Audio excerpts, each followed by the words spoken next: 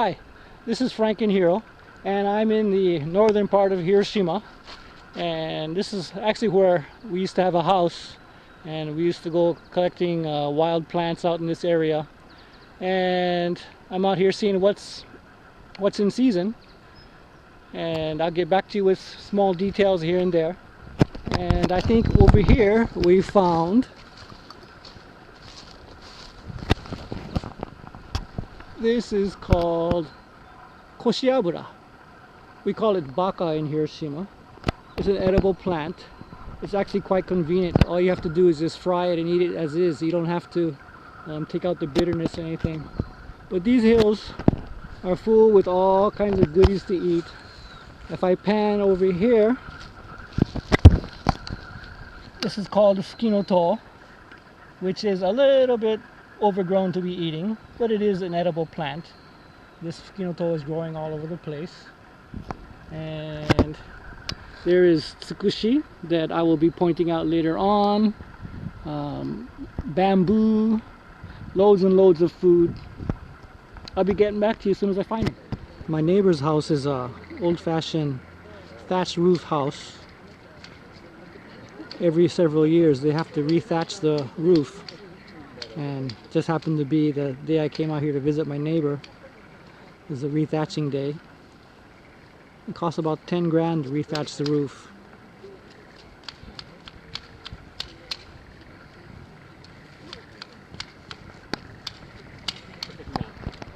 Over here is his rice fields out in the woods, and over here he grows his rice, little seedlings that he will be planted in the fields. And this is where we get our rice from. Pretty cool.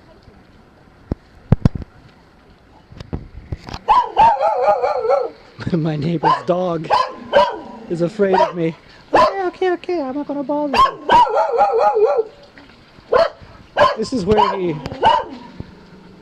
he builds a fire to heat up his bath. He has an old-fashioned bath that you have to use fire. This is the property behind his house. His property goes all the way in the back. And this here is his water source. He gets all his water from here. The water comes from way back in the hills. Very clean water, very clean water. Maybe you can see over there. This is where he grows his mushrooms, his shiitake mushrooms. He grows back here. The owner of this place helped me learn about edible plants in this area, how to grow rice, how to grow vegetables in the mountains, how to get water. Very good friend, very good friend.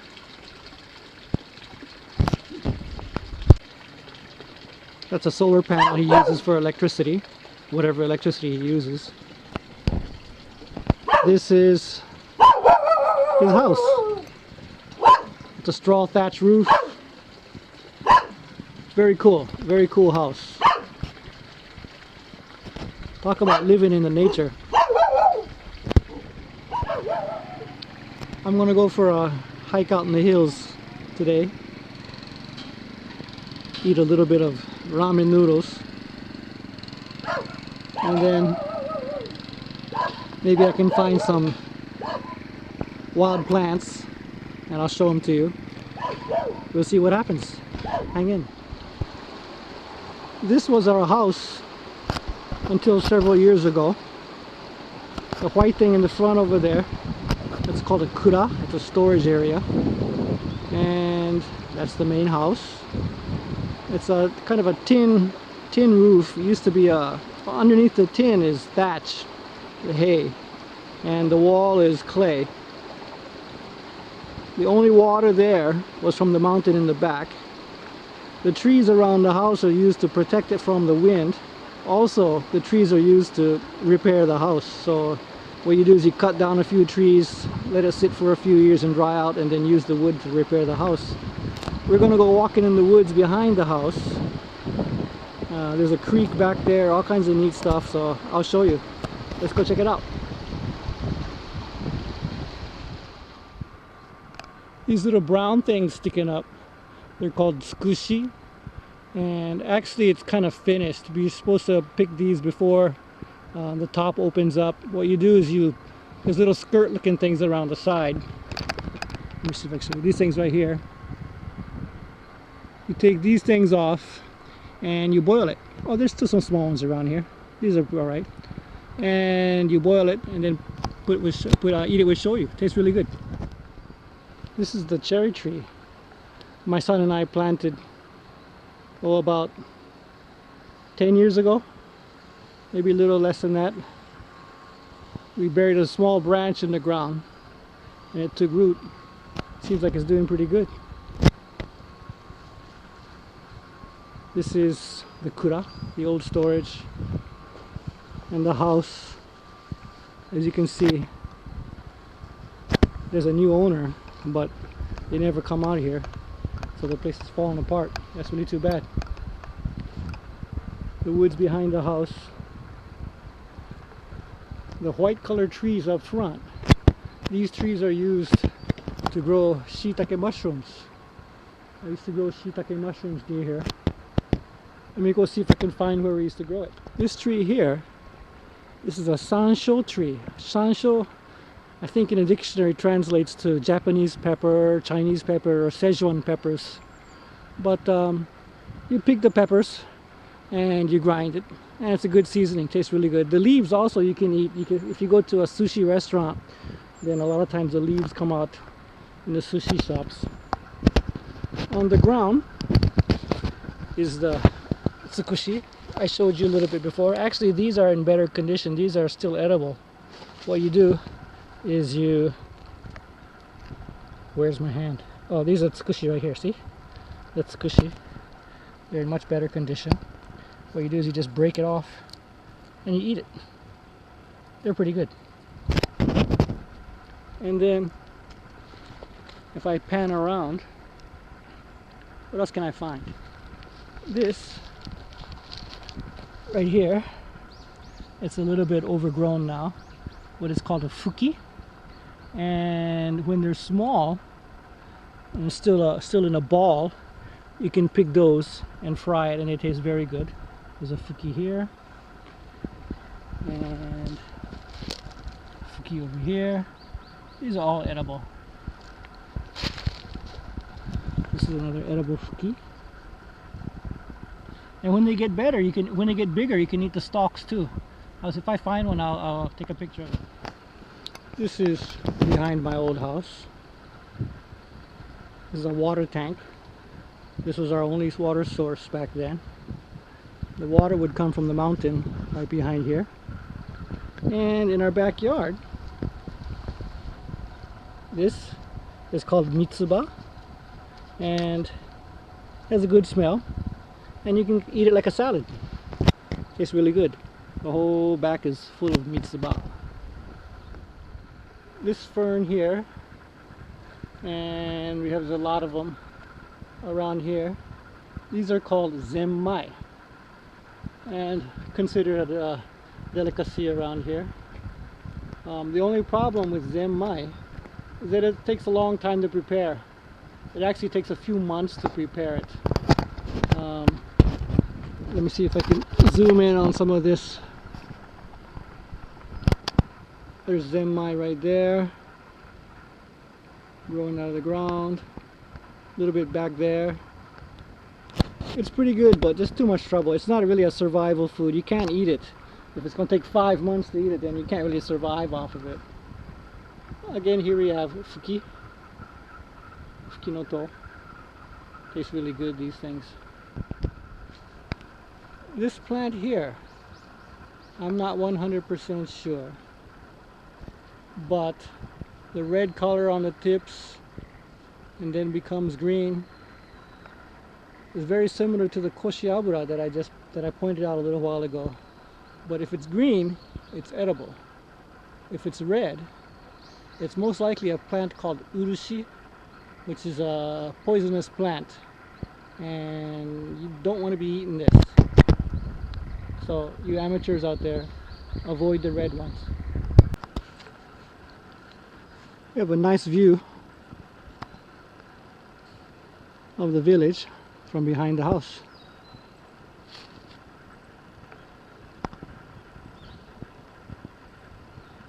The wildlife out here would be raccoon dogs, foxes, wild boar, an occasional bear, loads of snakes. The snakes I would be aware of is the mamushi, which is I believe it's a Japanese version of the copperhead. Very nasty. It's a dark brown reddish color with rings on it. Can't miss it. That's why I'm a tent and sleeping bag kind of guy, not a tarp and hammock. Don't want no creepy crawlers up with me. Okay, this is really neat. Over here we have a green, is it focusing? Green koshiabura, which is very edible, very delicious. Over here we have what looks the same, but it's red. The stem looks the same, but my wife helping me out here, thank you very much. These are two separate plants. The red one, urushi, poisonous. Green one, koshiabura, very delicious. Poison, delicious. Poison, delicious. Okay? Don't make a mistake. This tree is not edible, but it's called a hinoki. I don't know what it is in English. It's easy to spot because the leaves are flat. It's sort of a, I don't know what you call it, a cedar type of tree. If you've ever seen on television the Japanese baths made out of wood, this is it right here. It's a very hard wood with very good fragrance. It's used to make sake cups. Even furniture and houses are made out of this stuff. Hinoki. Very nice wood. One of the main water sources in this area. This is the water that would run to the house, and everybody would live off of this water. This water was selected as one of the top 100 cleanest waters here in Japan. And it's running right behind my house. Was my house. This here is more semi. We have a green one and a reddish one. The reddish ones are supposed to be less bitter than the green ones here. So you pick off the red ones. Of course they're all edible, and when you do pick them, what you're supposed to do is leave one. If you pick them all, then the whole thing will die. So the idea is to leave one and pick the rest that you want to eat, and only pick what you can eat. This here thing is tara, growing on the edge of this spiky stem, and there's another tara back there, and this bamboo is called hachiku, I think. It's a different type of bamboo from what I harvested the other day. This one, you really don't have to boil it to prepare. You can just go ahead, slice it up, and start eating it. There's another tara over there. This here, this leafy plant, you can see the size of it, it's called fuki. Earlier I showed you fuki no to, the flower part. Okay, there's a flower. This is the flower part. It's finished. This flower part, when it's small, just after the snow starts to melt, alongside of the snow, the flower comes, it starts to bud. It's called the fuki no to. That part you can eat. It's very delicious. And this fuki part, the leaves, the stem, from here to here, you can cut off and eat it. You boil it, put it in soups, or you can put shoyu on it and eat it. There's many ways to eat it, but it's very popular. You can find it in supermarkets, but really don't need to go to a supermarket. You can just pick it out in the wild. All the bamboo over there, when it's shooting in the spring, you can eat all that too. Got food all around us, don't we? And in between the fuki, you've got the tsukushi. Like I said before, the tsukushi is also edible. You can make your salad out here. Now this here, this is a rare find. This is wasabi. If you've eaten sushi before, or sashimi, you know what wasabi is. It's the red radish, I don't know what it's called. The wasabi part that you see in the sushi shops, that's the root. You yank it out and then eat the root.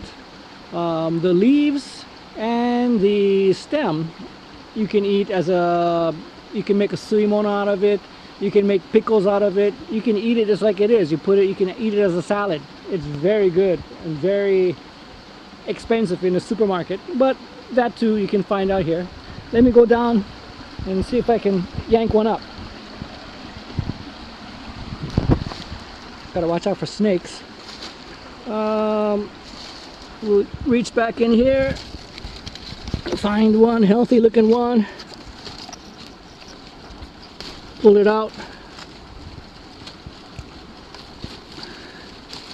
and the root is still young on this one, but it does smell like wasabi. What I'll do is, since it's young, I will replant it and leave it, and then I know where it is, so I'll come back again and get it when it's a little bit bigger.